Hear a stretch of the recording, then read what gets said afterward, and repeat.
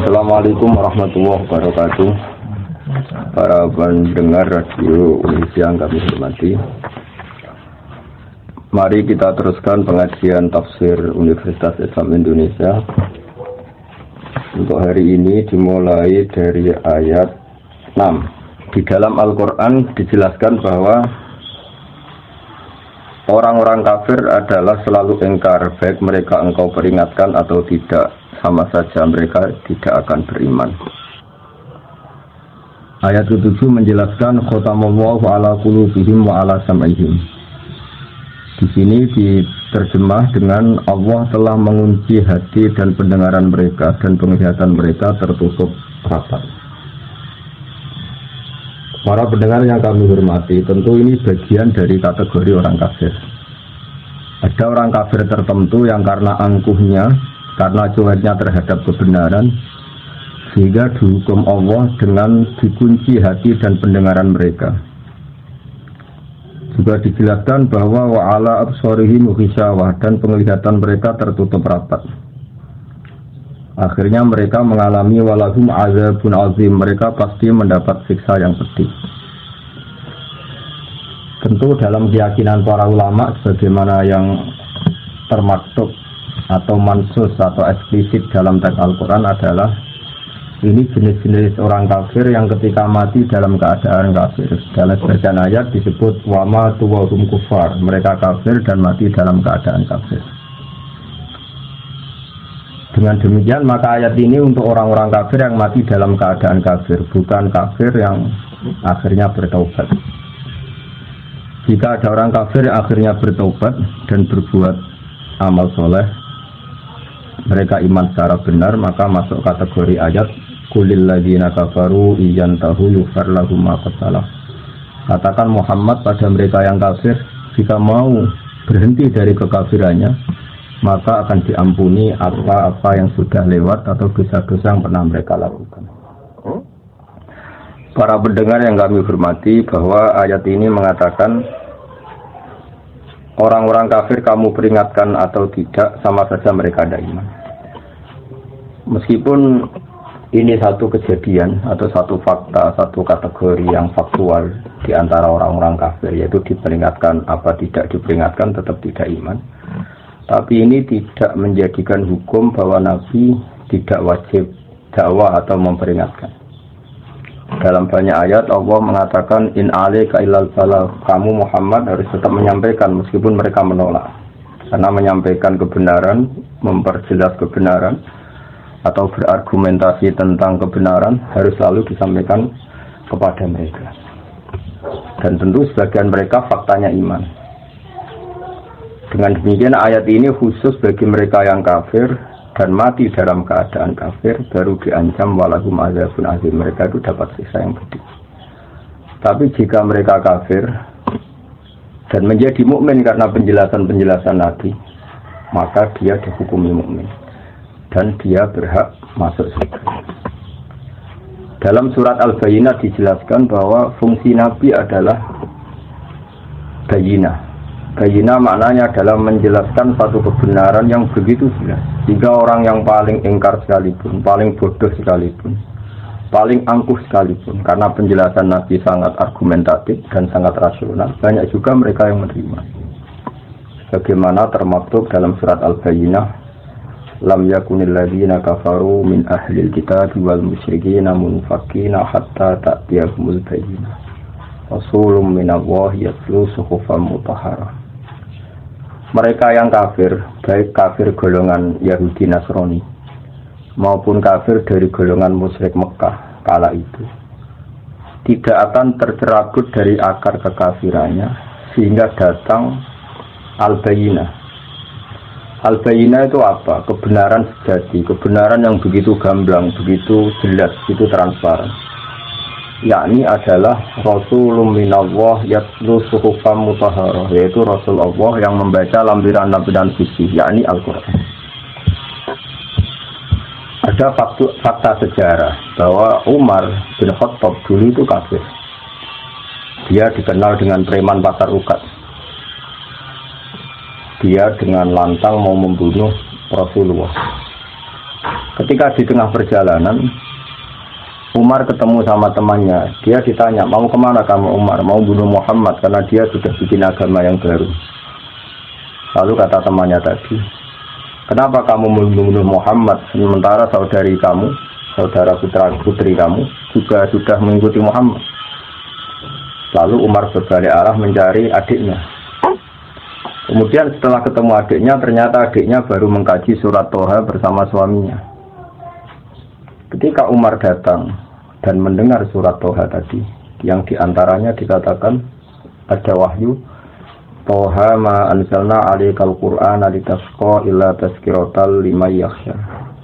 Muhammad, kamu saya turunkan Al-Quran kepada kamu ini bukan untuk kamu celaka. Quran turun kepada kamu hanya untuk sebagai peringatan liman yakhsha, bagi mereka yang punya rasa takut kepada Allah Subhanahu wa taala. Kenapa Allah perlu ditakuti? Karena Allah adalah zat yang mempunyai langit bumi, yang menguasai alam raya. Sebab itu diistilahkan dalam Al-Qur'an tanzilam mimman khalaqal arda was samawati al-ula. Lalu ketika Umar mendengar ayat ini, dia tahu dan dia berkomentar, ma hadza min qaulil bashar, enggak mungkin karangan manusia seperti ini. Akhirnya dia iman. Lalu setelah iman, mencari Rasulullah dan ketemu di rumahnya Zaid bin Arqam, kemudian dikenal sebagai tanggal kejayaan Islam karena saat itu Umar masuk Islam. Dengan fakta-fakta seperti ini, maka ayat 5, ayat 6 dan ayat 7 adalah khusus orang-orang kafir yang mati dalam keadaan kafir. Tapi bukan berarti semua kafir adalah ngalami khotamallahu ala qulubihim wa ala sam'ihim. Orang-orang kafir yang hatinya ditutup sampai mati enggak. Sebab banyak juga orang kafir yang akhirnya masuk Islam. Yang masyhur dalam sejarah ada Sayyidina Umar bin Khattab, ada Khalid bin Walid, ada putra Abu Jahal, Ikrimah bin Abi Jahal, ada Abi Sufyan, masih banyak lagi kafir-kafir Quraisy yang akhirnya masuk Islam. Dengan demikian ayat 6 sampai 7 adalah kategori tertentu, yaitu mereka kafir dan mati dalam keadaan kafir.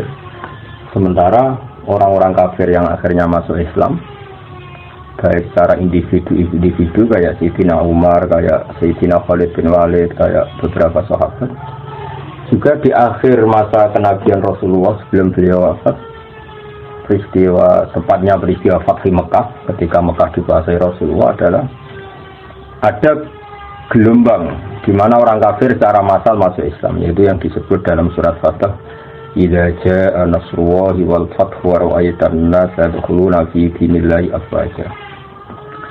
Jika telah datang pertolongan Allah dan telah datang juga kemenangan-kemenangan kamu atas musuh-musuh kamu Muhammad, dan akhirnya kamu melihat, bersaksi, melihat langsung, wa ra'aitan nasa, kamu melihat para manusia, para orang-orang kafir, yadkhuluna fi dinillahi afwaja. Ra'aitan nasa yadkhuluna fi dinillahi afwaja. Kamu melihat manusia memasuki Islam, termasuk Islam dengan keadaan bergelombang-gelombang atau berjamaah-berjamaah. Dengan demikian jelas sekali bahwa kategori orang kafir adalah satu, orang-orang kafir yang mati dalam keadaan kafir. Ini yang kena vonis di neraka selamanya, walahum azabun azim. Ada orang-orang kafir yang akhirnya Islam. Ini yang disebut dalam ayat qulil ladzina kafaru iyantahu yughfar lahum ma qad salaf. Katakan pada orang-orang yang kafir, jika mau berhenti dari kekafiran, maka dosa-dosa mereka akan diampuni.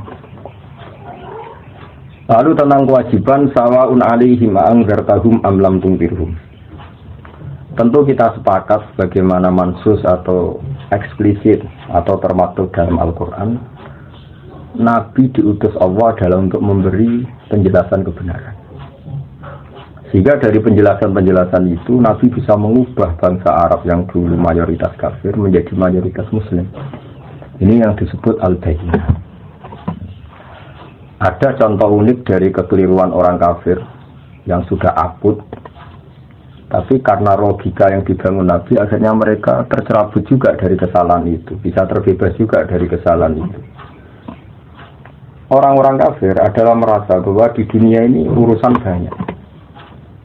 banyak, kasusnya banyak, problem hidup banyak, beban hidup banyak. Sehingga mereka berpikir kalau kita punya Tuhan satu maka tidak cukup untuk menyelesaikan masalah-masalah kita. Lam yasa'na ilahun wahid. Tentu kita tidak cukup oleh Tuhan satu karena urusan kita banyak, problem kita banyak. Begitu seterusnya. Sehingga di seputar Ka'bah itu ada 360 berhala. Belum berhala-berhala kecil yang disembah oleh mereka yang musyrik di rumah masing-masing sebagai benda yang dituhankan. Ketika Rasulullah mengajak bahwa Tuhan itu harus satu, Tuhan itu nggak sama dengan makhluk. Mereka protes, ya Muhammad, kita ini punya urusan banyak, punya problem banyak. Tidak mungkin masalah semua ini selesai dengan satu Tuhan. Ini yang diceritakan oleh Allah Subhanahu wa taala dalam ayat aja'alal alihata ilaha wahida inna hadza lasyai'un 'adzab. Masa Muhammad mengajari kita satu Tuhan? Ini aneh. Karena urusan banyak kok Tuhannya satu. Lalu Rasulullah dengan sabar, dengan bijak, dengan telaten mengajarkan mereka. Mereka diajarkan demikian. Kalau kamu punya satu Tuhan, yang Tuhan itu memberi rezeki kamu, merawat kamu, mensubsidi kamu. Lalu ada satu Tuhan yang jadi beban bagi kamu. Kamu harus membersihkan dia, kamu harus memandikan dia, kamu harus ngasih makan dia. Lalu kamu milih Tuhan yang mana? Kata mereka, tentu milih Tuhan yang memberi kita. Berhala-berhala yang kamu sembah adalah merepotkan kalian. Kamu harus menyuci mereka, membersihkan mereka, ngasih sesajen sama mereka. Ini yang disebut dalam satu masal dalam perumpamaan wa huwa kallun ala maula. Hanya jadi beban bagi kamu. Oke Muhammad, kita memilih Tuhan yang enggak merepotkan kita, tapi Tuhan yang memberi rezeki kita, yang memberi makan kita, yang menciptakan langit dan bumi. Lalu Tuhan yang begitu berapa Muhammad? Allah memberi penjelasan lagi lewat nabinya. Allah membuat satu perumpamaan. Kalau kalian jadi pembantu, dulu istilahnya budak sahaya. Kalau sekarang mungkin pembantu. Meskipun pembantu dan budak tentu beda. Tapi gampangan dalam perumpamaan begini. Kalau kamu jadi bawahan, kemudian punya majikan banyak, semuanya minta kamu layani, mereka semuanya minta perintahnya dilaksanakan. Mereka akan tersinggung dan marah besar kalau perintahnya tidak dilaksanakan. Lalu majikan Anda ini banyak, perintahnya beda-beda, seleranya beda-beda, semuanya tersinggung kalau semua perintahnya tidak dilaksanakan. Dengan kalau kamu jadi pembantu atau bawahan punya satu majikan. Majikan ini akhlaknya baik, tidak otoriter, perintahnya tunggal. Dan hanya dia majikan kamu. Kamu milih mana? Punya majikan banyak yang berbeda-beda dengan satu majikan saja. Lalu orang kafir menjawab, tentu Muhammad kita milih satu majikan saja. Kata Rasulullah, begitulah Tuhan. Tuhan kamu adalah nanti yang ngatur kamu, yang merintahkan kamu, yang bikin aturan. Jika Tuhan satu, maka nyaman bagi kita semua. Karena perintahnya satu, dari zat yang satu. Dan tidak ada rivalitas, tidak ada saingan. Ini yang dimaksud dalam ayat Dorobawahu matala rojulan fihi syuraka umutasakisuna wa rojulan salamal lirojul. Hal yastawiyani masalah. Coba Anda logika, Anda angan-angan, Anda pikirkan. Bagaimana kalau ada seorang lelaki yang jadi bawahan, kemudian dia punya majikan banyak, yang seleranya beda-beda, yang perintahnya beda-beda. Semuanya minta dilayani. Semuanya memerintahkan untuk ditaati. Tentu ini akan membingungkan sang bawahan, karena perintahnya beda-beda. Lalu dibanding dengan satu pembantu atau bawahan yang punya satu majikan. Lalu Anda milih mana? Mereka sepakat milih satu majikan. Akhirnya mereka sadar bahwa punya Tuhan banyak itu menjadi repot, menjadi problem, menjadi masalah. Akhirnya lewat kesadaran itu, karena barokah ajaran Rasulullah SAW, akhirnya mereka berkeyakinan dan menjadi tahu bahwa fa'alam annahu la ilaha illallah, bahwa memang Tuhan itu harus satu. Di sini yang dimaksud al-bayyinah. Maka pemirsa yang kami hormati, pendengar yang kami cintai, kita jangan bosan-bosan membuat argumentasi ilmiah yang memastikan bahwa Tuhan itu satu. Dan Tuhan adalah ala kulli syai'in qadir. Ini yang dimaksud dengan al-bayyinah.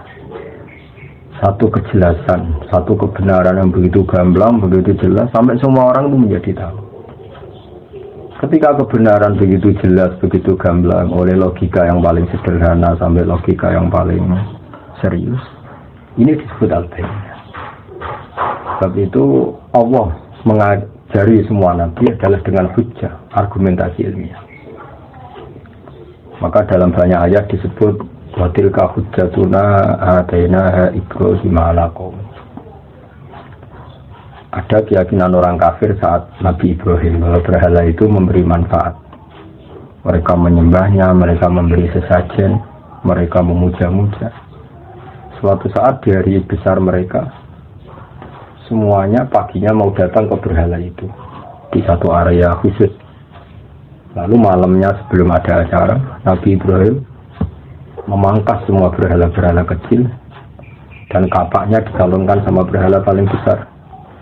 Lalu paginya geger, mereka akhirnya lewat identifikasi sosial akhirnya tahu bahwa pasti pelakunya Ibrahim, karena selama ini yang menentang kita nyembah berhala itu Ibrahim. Ditanyalah Ibrahim, kamu yang memotongi berhala-berhala kecil ini? Kata Ibrahim, tidak, tentu yang motongi yang bawa kapak. Kata mereka, ini hanya berhala, gak mungkin bisa motongi, bisa merusak berhala-berhala kecil. Nah, di sini logika mereka kelihatan keliru. Kalau kamu yakin gak bisa motongi berhala-berhala kecil, kenapa kamu yakin dia Tuhan? Tuhan itu harusnya bisa melakukan sesuatu, bisa berikhtiar, bisa membuat langit bumi, macam-macam. Ini hanya berhala. Akhirnya mereka sadar bahwa mereka salah. Ini yang disebut hujjah. Begitu para pendengar yang kami hormati, kita jangan bosan punya logika-logika atau argumentasi ilmiah yang menjadikan umat manusia selalu dalam keadaan tauhid.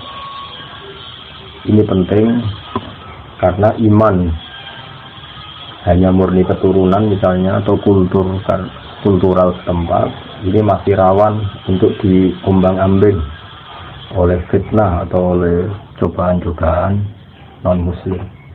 Tapi kalau iman dengan argumentasi ilmiah yang kuat, insya Allah, kalaupun kita hidup di Eropa, di Amerika, di negara mana saja, kalau tauhidnya kuat dengan argumentasi yang al-bayyinah, maka iman ini insya Allah terjaga.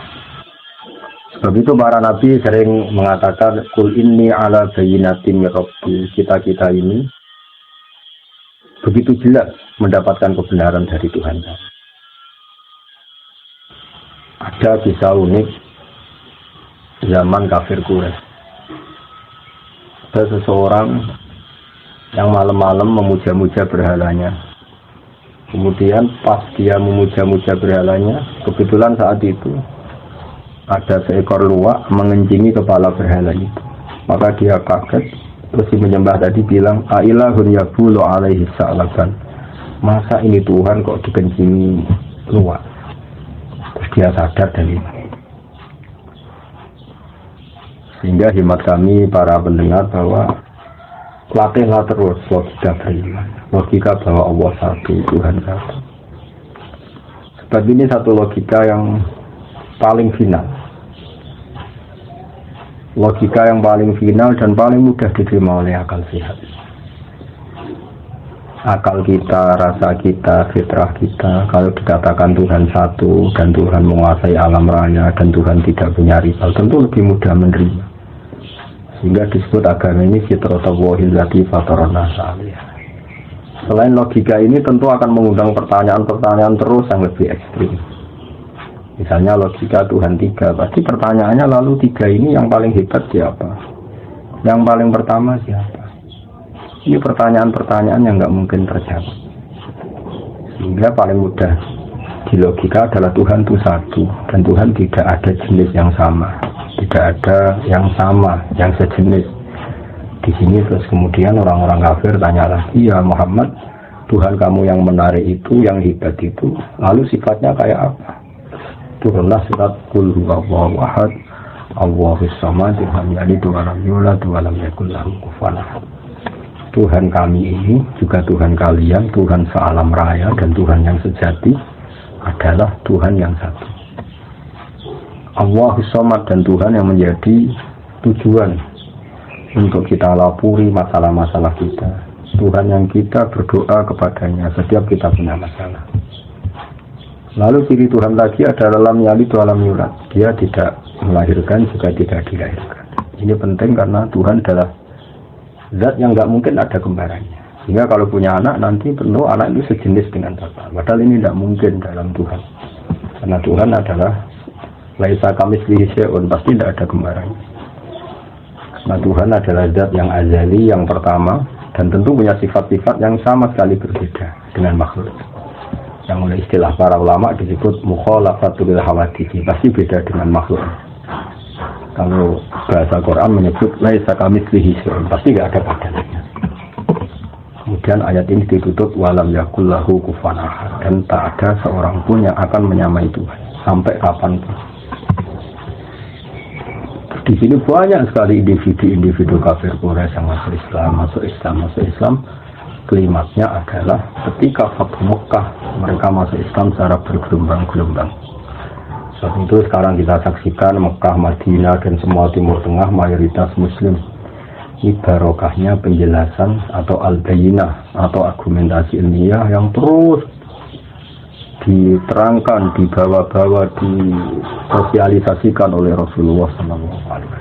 Sebab itu saya ulang lagi ayat 6 innal ladzina kafaru sawa'un 'alaihim a'andzartahum am lam tunzirhum la yu'minun. Di sini diterjemah, adapun mereka yang ingkar, baik mereka itu engkau peringatkan atau tidak, sama saja mereka tidak akan beriman. Ini adalah jenis-jenis atau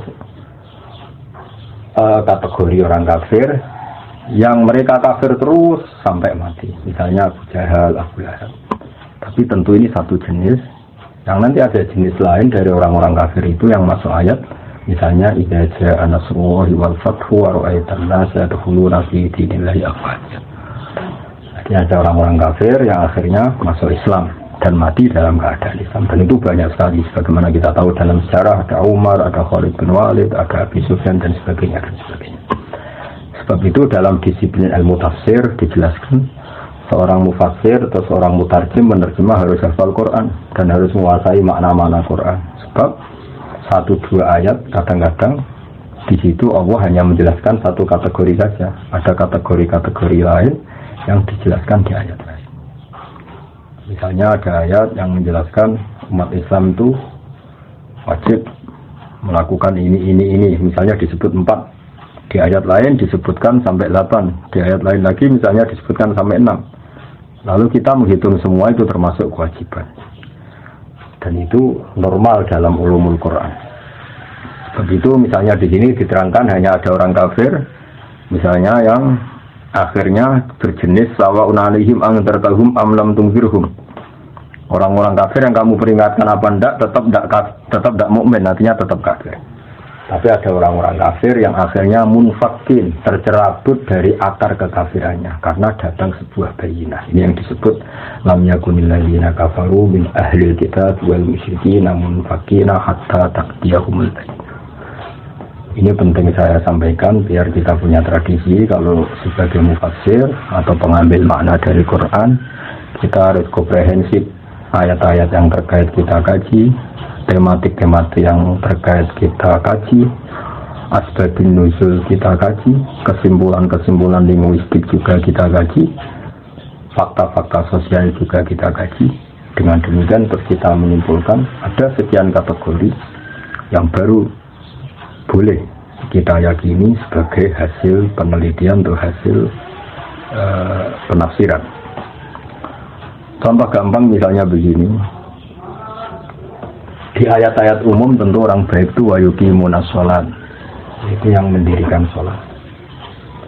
Orang-orang baik adalah orang-orang yang iman bil ghaibi, melakukan sholat, mau melakukan zakat.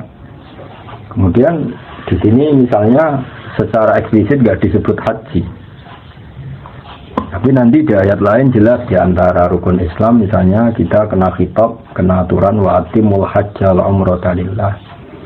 Atau misalnya di ayat lain dijelaskan walillahi 'alan nasi hajjul baiti man istata'a ilaihi sabila. Kamu ini kalau mampu wajib haji misalnya.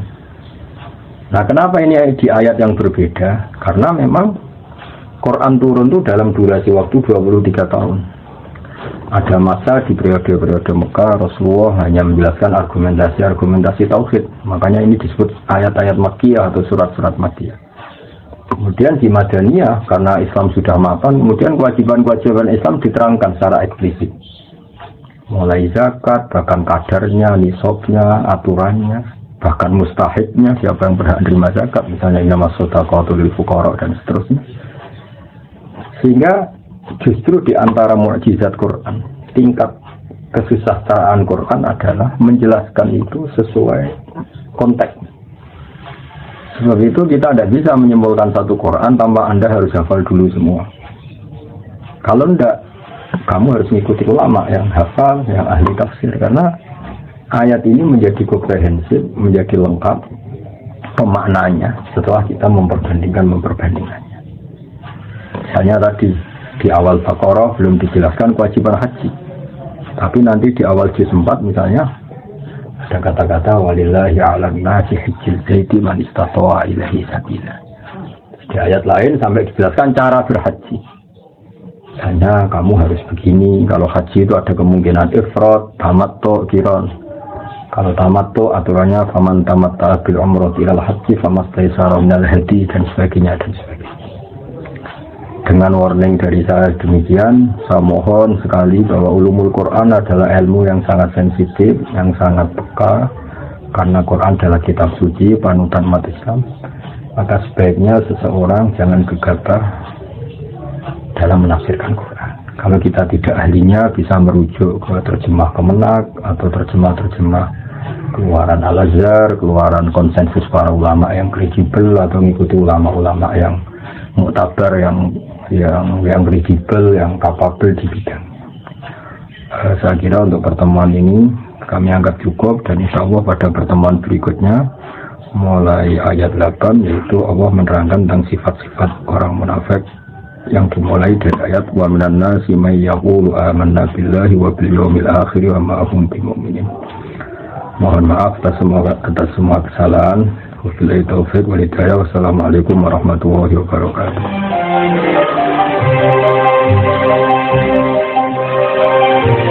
Demikian tafsir UII bersama Kiai Haji Ahmad Bahaudin Nur Salim, pengasuh Pondok Pesantren Tahfizul Quran Rembang. Beliau juga merupakan mitra Profesor Zaini Dahlan MA dalam penyusunan Quran Karim dan terjemahan artinya Universitas Islam Indonesia.